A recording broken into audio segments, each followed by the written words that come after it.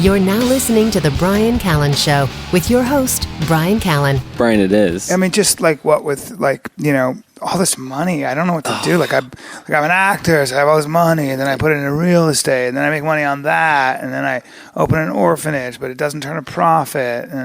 But you still have so much money, even though I'm trying to give these kids a skill. They're good cobblers. It doubles as a shoe factory.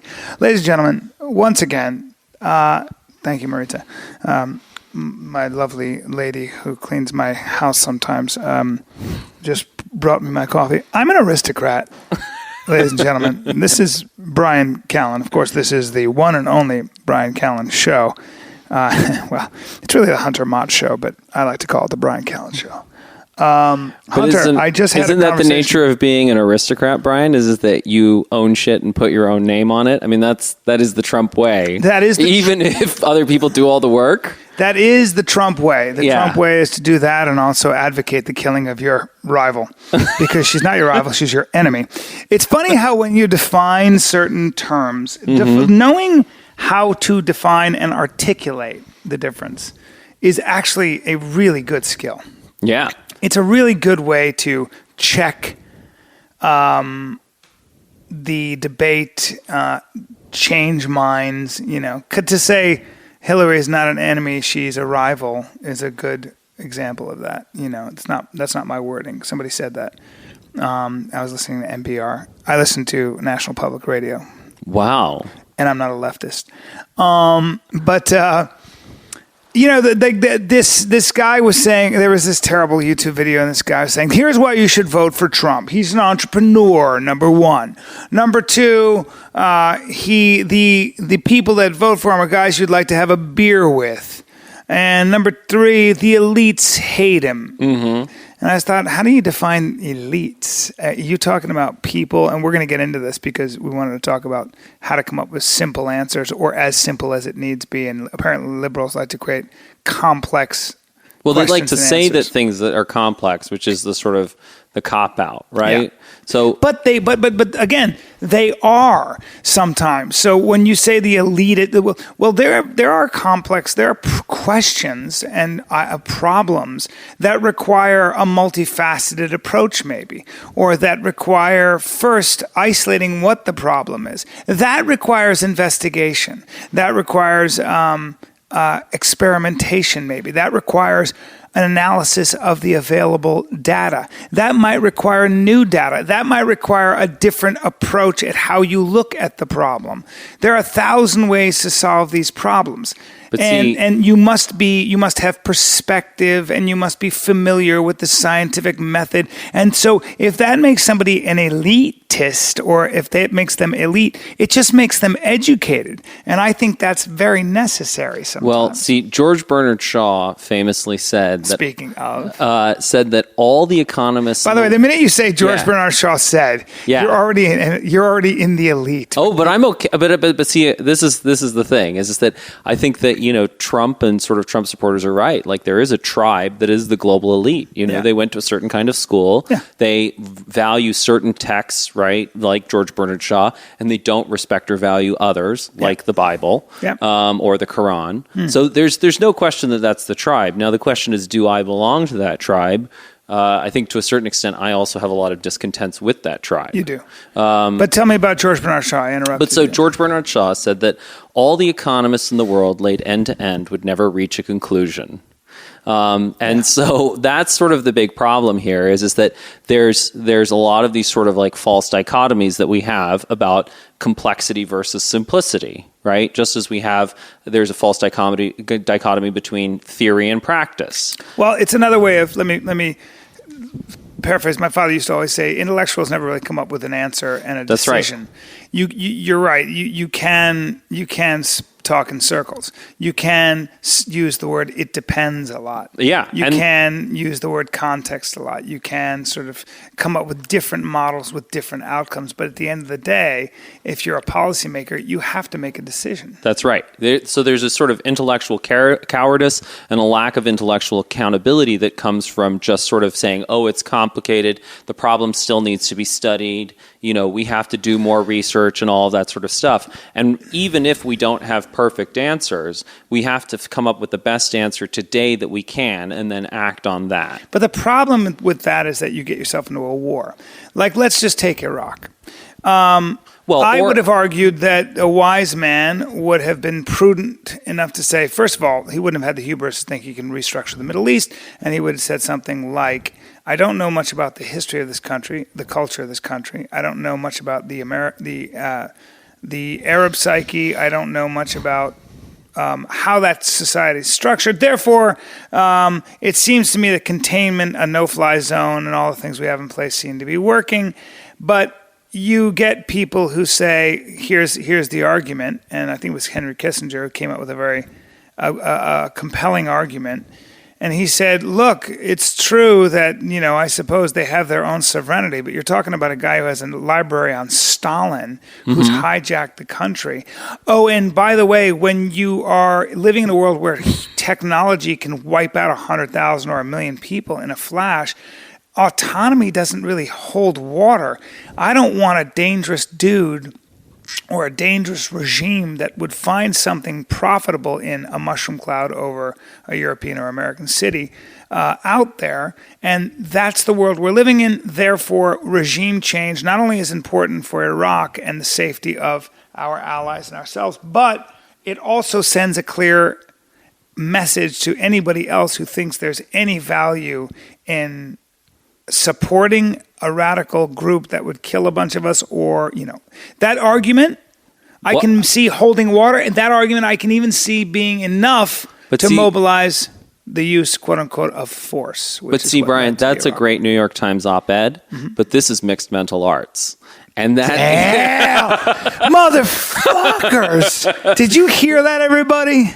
And so the point is that we have to come to actual conclusions about how you practically engage with reality. Like, is it a good fight to watch two people dance around each other and never make any contact? No. If I'm overly aggressive and then get pinned down and defeated, do I win? No. And if I'm not aggressive enough, right, and therefore, never properly engage and never pin down the other guy, do I win? No. So the point is, it's the great accountability of the octagon. And intellectually, that's what we have here at Mixed Mental Arts that the New York Times does not have. You hear that noise, ladies and gentlemen? Yeah. That's a caveman. That's a caveman with a big brains noise.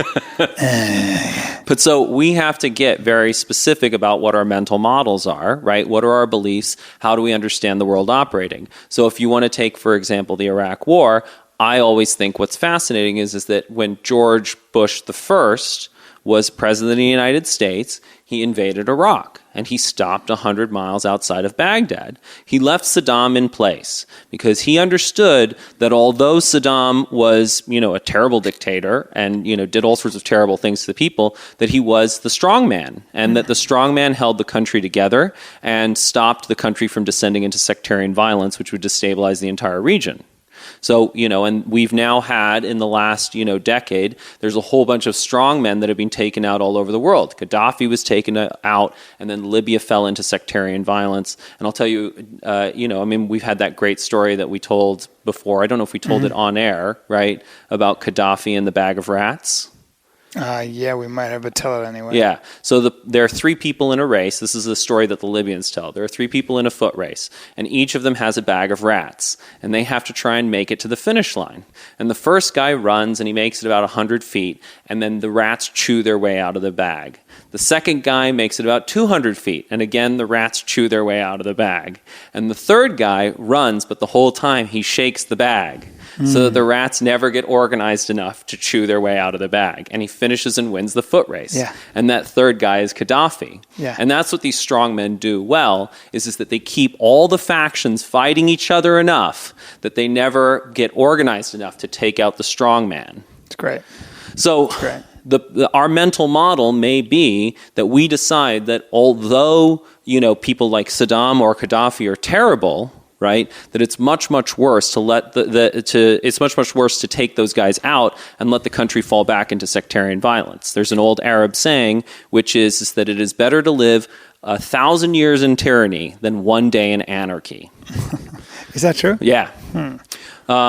We have to be careful about Arab sayings, because that might mean that's a representation of the Arab psyche. But I would imagine. But hold on, all of us crave order, especially as you get older. I mean, anarchy is where I don't know what's going to happen to my children. That's my right. wife's going to get raped in gangs form. It's the problem with libertarians, like the radical libertarians, or our dear friend Michael Malice. What Michael doesn't really understand is that when you have anarchy. Like that, gangs do form. They do. Oh, 100%. Cartels take over. There are people willing to do terrible things in the name of power. There are sociopaths out there that are smart enough to, you got to be very careful with that. And you don't have to go overseas to see that. You can go to South Central. Yeah. When there is a vacuum of authority, then what happens is that, yes, gangs form. Yeah. But so... this is not saying anything, again, because this is mixed mental arts. We're not saying anything about the Arab psyche. Right. We're saying something that is universal to human beings, right? And so the big difference between us is not our hardware. All people have basically the same hardware, but we have very different cultural software. And to use like a simple mental model, right, but not a mental model that is simplistic, that is so simple that it doesn't capture things, is that there are essentially three big stages for societies. The first, and this comes from Fukuyama, right? So the first is that there's a monopoly on legitimate violence. And that's what someone like Gaddafi or Saddam Hussein has. So the point is, the only person who gets in control of really the armed forces. That's right. Yeah. And the only person who is legally allowed to kill people is the dictator. Yeah. Now, although that system has many terrible things about it, what it does is it removes violence as a tool for conflict resolution between people. Yeah. So what that means is that if you have a land dispute with your neighbor, or if your neighbor does something, you don't just go out to go and kill people, right? And that's the war of all against all that Hobbes talks about in the Leviathan. That's the sort of the state of nature, is that they have band-level genocide. So tribes are constantly wiping each other out. Which, is common in the Polynesian islands. There are a lot of stories about that. Papua New Guinea. Yeah, I mean, you would go in and take out an entire tribe, especially if, and Jared Diamond talked about that, especially as soon as resources got scarce. It was very easy for people to create legitimate and even ethical, quote-unquote, reasons for why those people over there are the biggest scumbag subhumans to walk the earth. Well, and crucially what you're doing is that you're reframing the emotions that you have about these people. Right? I think all the time about how the guy who wrote Bloodlands, who we had on the podcast a while back, Snyder said, you're amazing that you remember this. Snyder said, I write about these terrible events in history, and, when Stalin starved all those people, how could it happen? Could it happen again? I have a daughter in kindergarten. If water rights were a very real issue and I couldn't get enough water for my family, I wonder what I would do. Yeah. I think about that. When your very existence is up against it, or even your dignity, 100%. Fuck, man. I get mad when somebody cuts me off. Right. But again, what you're seeing there is that there's no difference between us and those Papua New Guineans in terms of our hardware, right? We all have the capacity for disgust.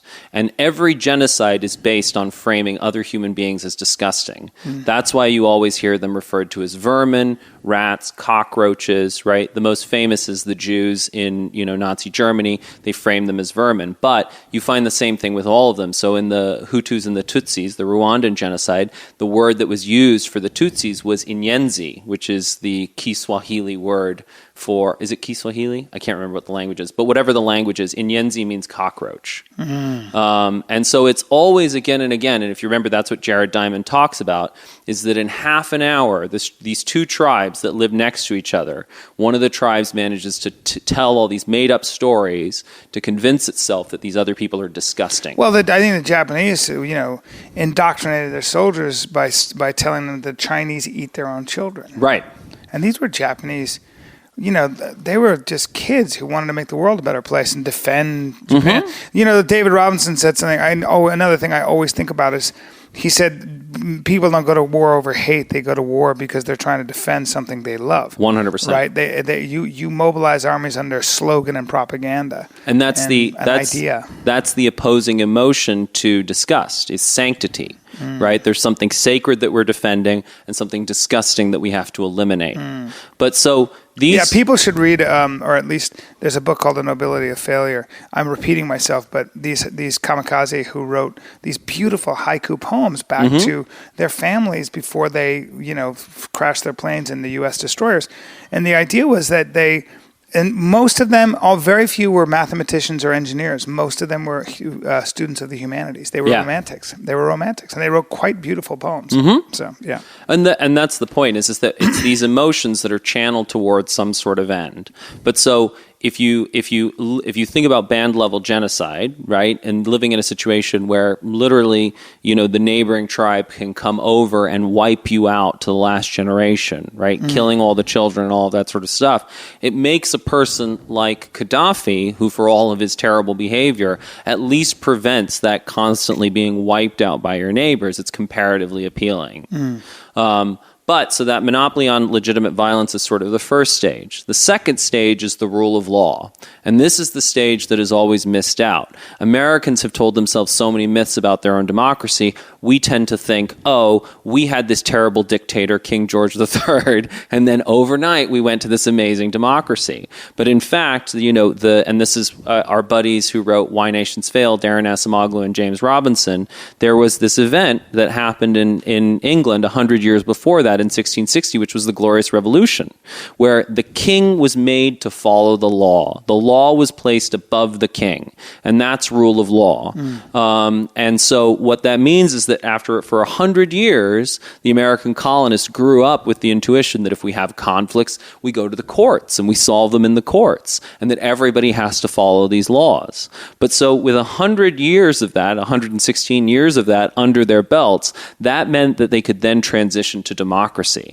What happens is, and this is again Fukuyama, the problem is that with something like the French Revolution, they tried to leapfrog from stage 1 to stage 3 without going through stage 2, because the Louis were all absolute monarchs. They were guys like Gaddafi or Saddam Hussein. They weren't accountable to the law, and they'd never gone through that period of rule of law. And so what ends up happening is you remove that dictator, right? The French Revolution was the Arab Spring of hundreds of years ago, and then it all descends into sectarian violence, where you have the terror and everybody's heads are being chopped off, and there are these, mass persecutions. The revolution devoured its own children. That's right. Yes. But that's always one of the big questions. And along comes a charismatic leader. Napoleon. Exactly. But Napoleon crucially establishes the Napoleonic Code and sort of begins this transition, and they go through essentially this long process where suddenly rule of law is established. And once rule of law is established, then you can have the transition to democracy. There were a lot of rudimentary property rights, due process, and all those things, right? I mean, those were the Napoleonic laws. Yeah, I mean, it's a reclarification. Until he decided, of course. Well, it's a complex and it's a messy process, but what you're seeing sort of a universal human transition where you have to establish rule of law before you can effectively transition to democracy.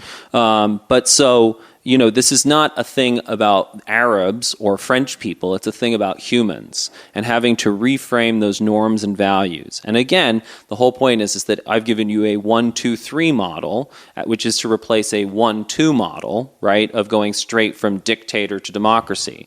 Now, that's a great example. Is that an exhaustive model? Have I dealt with all the nuances and intricacies? No, it is as simple as possible, but no simpler. And as a sort of framework to start start from, if every American approached foreign policy from a 1-2-3 model rather than a 1-2 model, we would have a very, very different approach to foreign policy, right? So it's elegant, right? But you're saying we'd have a different approach to foreign policy if those leaders took into account the notion of rule of law and legitimate violence? And not just the leaders, but the people. So in other words, make sure that those two mechanisms are not shattered or destroyed in the process of regime change, is what you're saying, or influencing a coup or whatever. If you're looking at a guy like Saddam Hussein, yeah, you would understand. See, Americans sort of have, again, like... good guy, bad guy. That's right. And very, very simple. And the minute good, I mean, when Bush signed the authorization of the use of force, he said, let freedom reign. He wrote that down. Like, well, woohoo, rejoice, everybody, mission accomplished, and now the Arab people will be free, and there will be daffodils in the streets. That's right. It is. It's a good guy, bad guy. And that's where, to me, George Bush, W was not wise. Right. He was not, frankly, that's something I would do. I mean, I don't like to be too critical, but I think of the world. Is that the worst criticism you could think of? Is that it's something I would do? Yes, I mean, these are the kind. I think in these terms. I think in these terms. And then I would have advisors like you who would say, Brian, sober thinkers who have more perspective, who would say, Brian, Mr. President Bryan Callen, no, and here's why. And then I would hope that my mind would be changed and I would exercise some prudence and say, okay, I get that, but don't you think we should do that? Don't you think we should find out by getting you elected president and see how you would respond? Look, man, if you're telling me I should run for president, Hunter, I'm so busy with all my TV and my boxing and my tennis and my sex. I got a lot of stuff you don't think you would have time for all of those things in the White House? Does the White House have a tennis court and a boxing ring? I got to take my boxing more seriously. They've got a bowling alley. We could turn that into something. I think we could totally build a tennis court. And by the way, just to, in terms of the logistics, right? Who's your tennis coach right now? A guy named Afshin. Okay, I've never heard of him. If you were the president of the United States, we could get Pete Sampras and Andre Agassi to be your tennis coaches. And how much faster would you improve at tennis? A lot faster. Yeah, a lot faster. So then you'd have time to wrestle with Syria and Iraq. That's the biggest thing. That's what stopped me from the tour. Better tutelage in tennis. But I think that if you went to the American people and said, I'm improving at tennis, sort of in a linear way. Yes. And if I was president, I could improve in an exponential way. Yes. Then they'd be like, oh, your tennis would get, this is what matters. How good Bryan Callen is at tennis. Got you. Yes. Yes. Think about it, Brian's tennis playing ability. That's very funny. That's very funny. But I mean, I think that's this does also sort of get to the point of what makes a great president, and I think it's the willingness to listen and the willingness to be wrong and the willingness to improve your thinking. Yeah. But the interesting thing again is that the team that decided to stop 100 miles out of Baghdad, right, in the first Gulf War, and the team that decided to take Saddam Hussein out a decade later, virtually the same team. It's Colin Powell, Dick Cheney.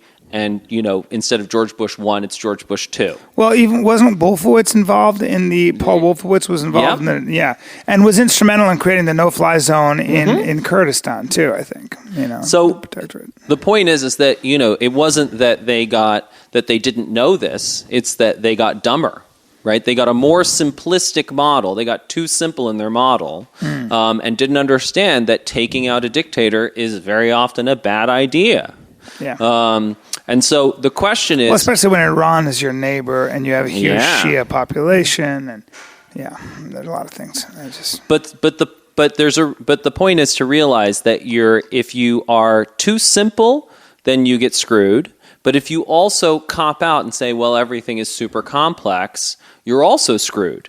And that either one is a cop-out. And you have to go back and forth and try and find some sort of model that is realistic but usable. And the problem is that when you have all this, it's basically like a great piece of software.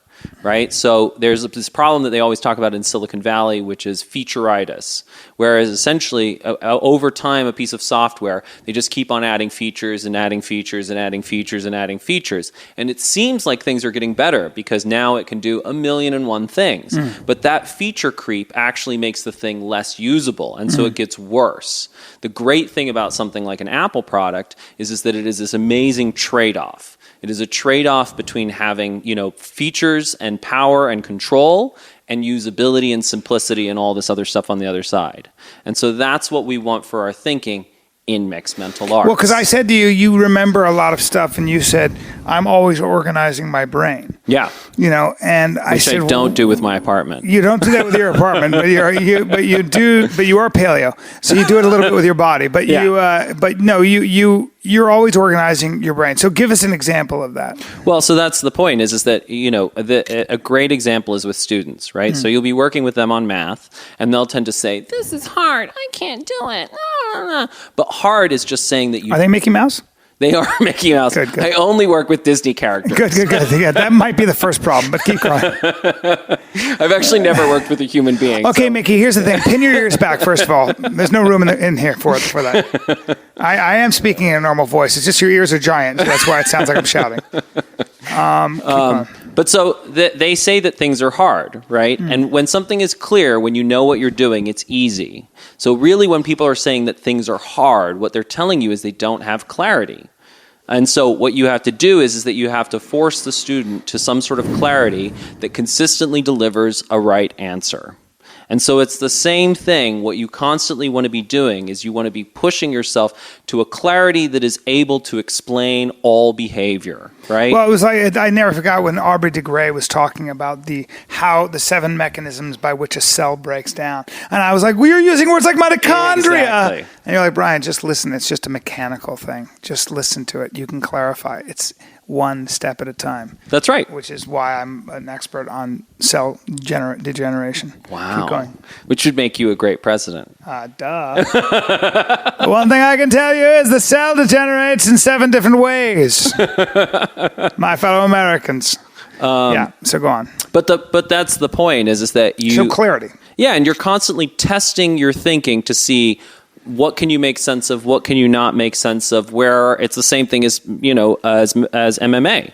You're trying to find where are the holes in my thinking, right? What can I not handle? And at the same time, you're also trying to make sure that you can actually know how to fix problems. Well, the holes in my thinking, I mean, bring it back to me because that's what matters. But I was thinking about that I have this this deep desire to try to fix things, as a lot of us do. Mm-hmm. And I always seem to go, in a lot of ways, to the simplistic version. So let's just take I think, to be fair, you're bipolar.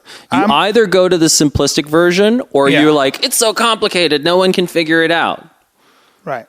And what we want to do is that we want to go back and forth between those sorts of things until we find a clarity of understanding that is able to fix things, but is also usable. I know, but sometimes, let's take the drug cartels. Right. And I read about what the terrible things they do. And I say these things to myself, I'm like, God damn it, just get the army or the police in there and just take them all out. Right. Well, what do you mean take them all out? And then you start to realize, well, they force people. ISIS is the same way. They go to your family and say, join us or we're going to kill everybody here. And you just have to join them. So now, and then you start to realize that the police and the army are being paid off and they're involved. Then you start to realize maybe even the president's brother is being paid off. And then you realize it's so systemic that there is no bad guy, or everybody's a bad guy and everybody's a good guy. And all of a sudden you go, I don't know how to fix this problem, but it ain't going to be done with a gun. My first reaction is I want to go in there with special forces teams and kill the bad guys and make the villagers live in peace, just like in all the westerns. In the westerns, in High Plains Drifter, Clint Eastwood comes in with a piece of hickory and his 6-shooter, and he kills the bad guys and liberates the town. Right. That is my way of thinking. It's been crammed down my throat. Right. And of course, we know not only is the problem way more complicated and the bad guys are everywhere and nowhere, maybe there is no goddamn answer. And maybe the answer might be legalize drugs. Firstly, we know that there is an answer. There are societies that have been built where you don't have these sorts of problems, right? But already we can apply some of the thinking that we've learned. So why are there gangs in South Central, right? That's also drug cartels. Let's talk about why do those gangs exist? That's the better question. Let's start there. Right, because we've had Freeway Rick Ross on, and there you have a guy. Is Freeway Rick Ross smart? He's very smart. Right. The answer may very well be, you're right, the answer may very well be, two-pronged, three-pronged approach. One is law and order, but the other is get to the systemic issues here. I mean, the biggest issue in Mexico may very well be what Darren Acemoglu and those guys talk about, which is the lack of integrity in their institutions. And in also other words, lack monopolies. of... Monopolies are what stifle any kind of new business, any new ingenuity. You're either a cartel owner or you already have your foot in the economy of influence that is Mexico. Right. So if you look at Freeway Rick Ross, here's a guy who's smart, right? Clearly is resourceful and all this sort of stuff. But the problem is that he doesn't have a clear path to succeeding within the system.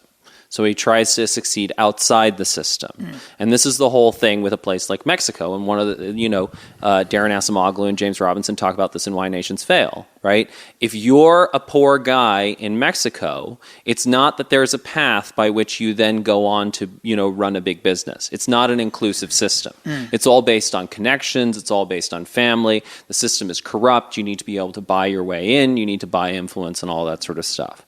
So if you have a system that gives people a path to success, where the system is open and easy to enter, then a lot of these problems start to disappear. Good luck. Well, again, it's going to take work, and these things are challenging. And they're not even challenging. They require a change in mindset. Oh, 100%. In national psyche. Oh, 100%. They require an altering of your culture. 100%. Back to the secret of our success. Right? And that's the point is we have to change certain values and intuitions, right? So we have to change values and intuitions around learning, right? So mistakes are something you embrace and analyze and use to get better. When you feel confused, you don't run from that confusion, which was your experience with Aubrey de Grey, but instead you're like confused and you're like, that's okay. Let me go and break this thing down, right? You value challenges, you value learning, you value books, you value all these sorts of things. So there's a whole bunch of intuitions around learning that you have to change. You also have to change intuitions around fairness. So again, we talked about this in terms of the Arab world, where everybody is focused on helping their family, and so they engage in corruption, as opposed to in the West, where we believe much more in meritocracy and fairness and in, hiring the best person for the job, regardless of whether you're related to them. So there's a whole bunch of intuitions that we have to change. But there's no reason why a place like Mexico or Libya, there are human beings there, and if you get those values and intuitions right and the institutions right, then you can have the same sort of success that you have in the United States or in the West. We should be optimistic too, because it feels like the better ideas are winning the day overall because of example. But let's talk about, there's a feeling there.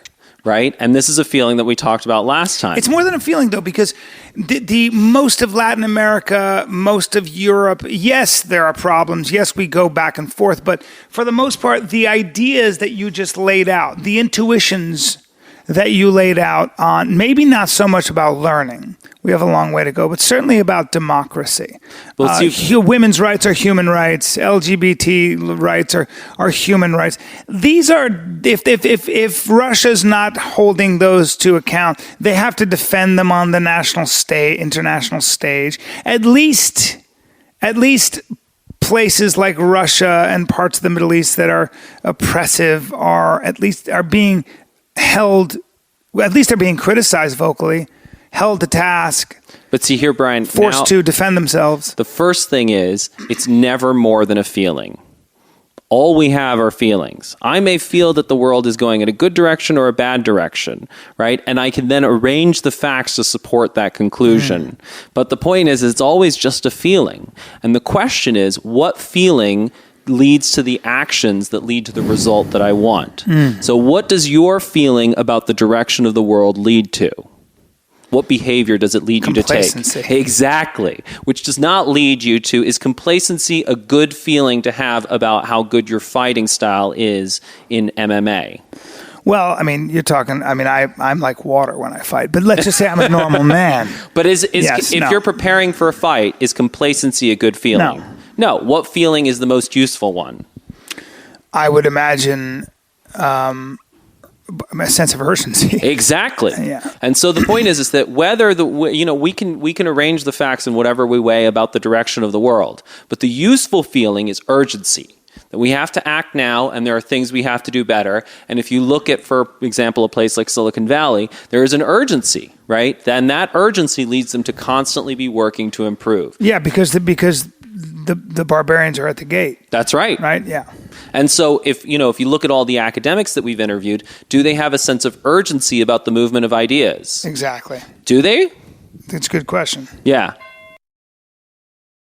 Of this, by the way. Yeah. Because you isolated exactly what the problem was.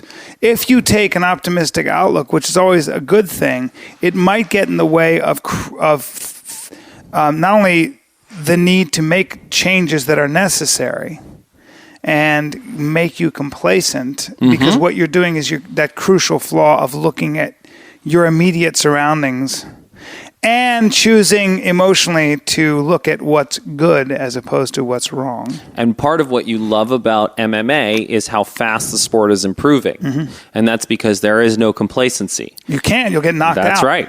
But if we look at, we've now interviewed over 200 academics, they're all remarkably complacent about the movement of ideas, right? Yeah, and I think that's part of human nature. I mean, and also sometimes when problems seem so big, for example, global warming. Mm-hmm. I don't know how to cool the planet. But is the issue cooling the planet, or is the issue, because we can go back to our friend Naomi Oreskes and Eric Conway, is the issue understanding, or is the issue doubt? That's a good question, but I would also suggest there's another factor, and that is that sometimes when, it's so interesting, when you have this idea that the polar ice cap might melt, which could set off a whole rising sea levels and biblical, sort of consequences of biblical proportions, most of us, a lot of people kind of go, well, God would never do that to us. In other words, I mean, there becomes this fatalistic sort of mentality. Well, and that fatalistic mentality can have really tragic and catastrophic consequences. Well, what will be if it's meant to be. That's a bullshit way to think a lot of times. It might be comforting to help you negotiate and navigate big disappointments or tragedy in your life, and there's a place for that. But when it comes to solving problems, my buddy was a Navy SEAL Team 6 guy, saw a lot of action. He said the one thing I came away with is that nothing is left to chance. I mean, I have no time for anything but, empirical, fact-driven analysis that's going to lead to an outcome. Right. Because otherwise people die. That's right. Yeah. And so the point is that the issue with global warming is the feeling about global warming, right? Mm-hmm. There's a feeling of doubt. Does it really matter? Is it going to affect me on what sort of timeline? Now, And not only that, but also there are a lot of people who say, like my parents would say, I've seen this play out before. They talked about we were going to starve to death. They talked about a lot of stuff. We were going to run out of resources. And it's just a bunch of hysterics. The warmists are always liberals. They always have beards. They always wear tie-dye, and they shouldn't be taken so seriously because at the end of the day, they're hysterics. Well, and see, this is the crucial thing, right? There's the way this conversation usually goes is that we now try and wade into a bunch of climate science that most of us do or do not understand, right? But the great thing about mixed mental arts is that we're pragmatists. We're practical. Right, mm-hmm. And so which was almost the point of Merchants of Doubt, to bring it back, because Oreskes said these are not crazy men. What's going on here? It was an ideology. They were defending free market principles and freedom and small government. That's what they were. The scientists who were sowing doubt weren't even climatologists. Right. And so what is the practical actions that need to change, right, to prevent global warming? If you think global warming is real, right? You have to get us off of fossil fuels. That's the crucial thing. But there are reasons to get off fossil fuels besides global warming. What is it that funds ISIS overwhelmingly? Well, a whole lot of that money comes from selling oil. So if you remove the market for oil, then you remove the funding for most of these unstable, shitty nations, things like ISIS and all of that sort of stuff. Whether or not that's true, that's a good argument. That's certainly a good emotional argument to get the other side on board. A lot of it is true. Yeah. Because, for example, liberals tend to advance this narrative that, it's about the oil, stupid, that's why we're going into Iraq and all of that sort of stuff. The U.S. is actually remarkably energy independent. So the reason why we're trying to secure that oil is not for the U.S., it's for our allies like Japan, who have very few resources. So American troops are not dying for America. They're dying for Japan. And so the point is that it's actually haven't we safeguarded all those trade routes free of charge for exactly. World War II? Yeah. So if you want to secure Japan's energy, which is a good thing to do because you don't want Japan to go to crap, right? But then one of the best ways to do that is to drive renewable energy. So driving electric cars like you do, Bryan, is a deeply patriotic act. Except for my Tesla has a bigger footprint than carbon footprint than almost any other car. But Bryan, you're driving the technologies and making it more efficient so that ultimately down you're right. the road. If I were someone else, full disclosure, I don't give a fuck about that. I just wanted a safe, very fast, cool looking car. But anyway, but that's the whole point. The whole point is that what Elon Musk has done, which is smart, is that he has not sold this based on global warming or based on any of that sort of stuff. He sold it based on cool. Yeah. And so there was an expression that Tesla douche. And in this show, the guy who steals the guy's girlfriend is a Tesla douche. He rides a Tesla. Yeah. And now all of a sudden you're a douche if you ride a cool electric car. Holy shit. I can't win. But I mean, the point is that there are lots of practical reasons for getting off oil that have nothing to do with climate change or global warming, because and there are good books on this like Blood Oil, but oil and resources and all that sort of stuff. If you're a stable country like Norway, then that money ends up being funneled into rising prosperity for the nation. If you're a country like Nigeria, that money goes into corruption. It makes the country less stable, right? It's the resource curse, or Dutch oil disease, or Dutch disease as it's sometimes called, because essentially all of this cheap money messes the country up. So there are good reasons like development and stability and national security for wanting to get off oil that have nothing to do with whether climate change is real or not. So if we're talking to someone like Big Mike, your dad, right, we're not going to convince him that global warming is real, but we don't need to convince him that global warming is real. There are other good reasons to get off of oil. Right. But again, the question is you said it's more than a feeling. It is never more than a feeling. There is always just a feeling. So if you've got some MMA guy, right, maybe complacency is correct. Maybe they're so far ahead of the game, they've already figured out everything, and they're going to win.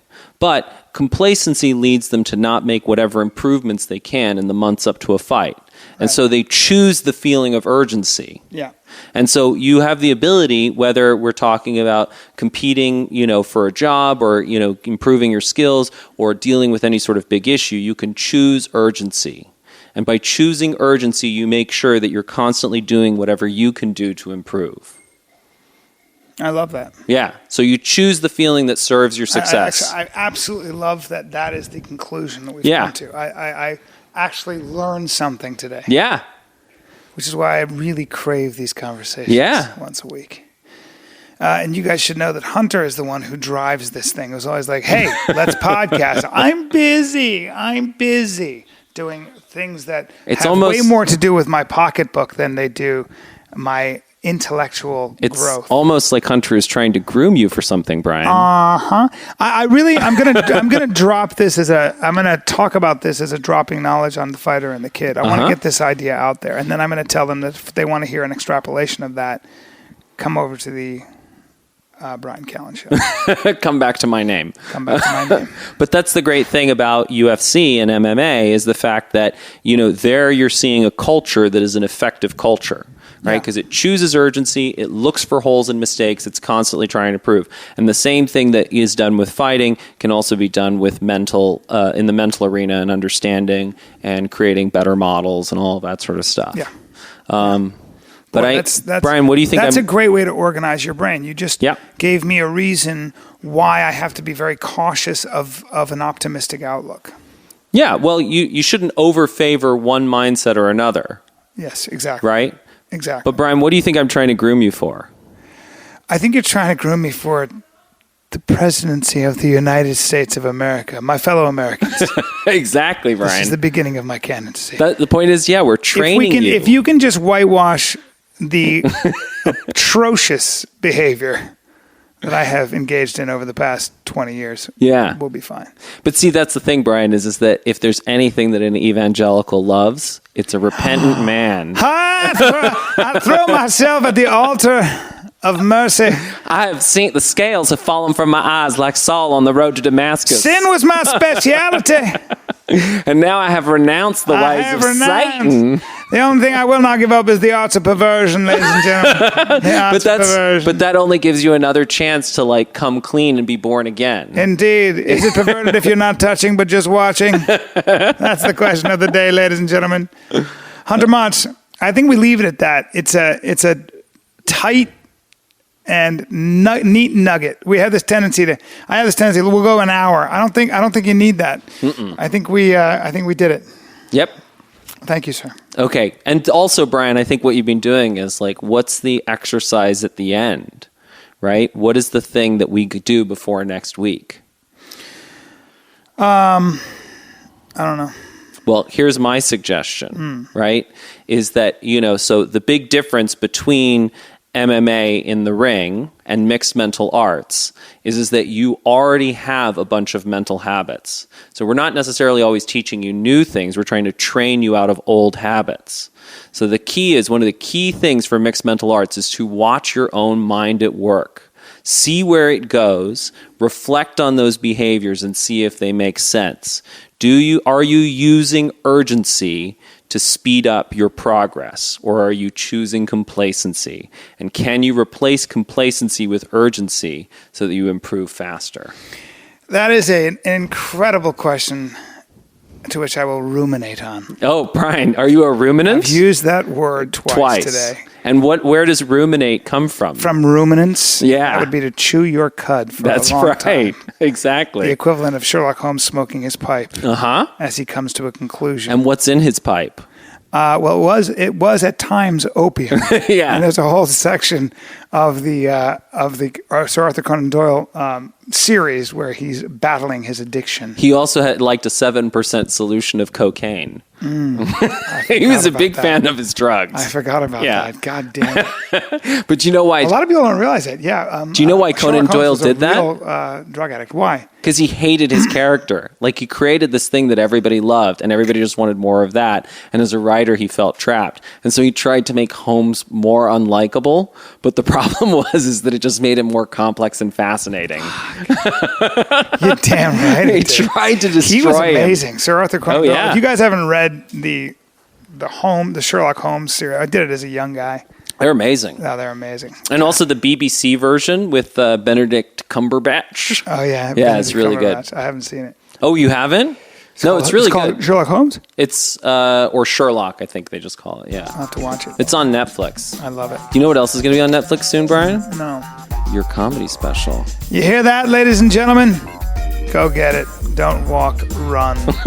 Thank you once again to Hunter Motts. Thank you to Bryan Callen. And to you, my listeners. And I think we're changing the world one step at a time. Bryan Callen for president. Once you're in the White House, you'll really change the world. Yeah.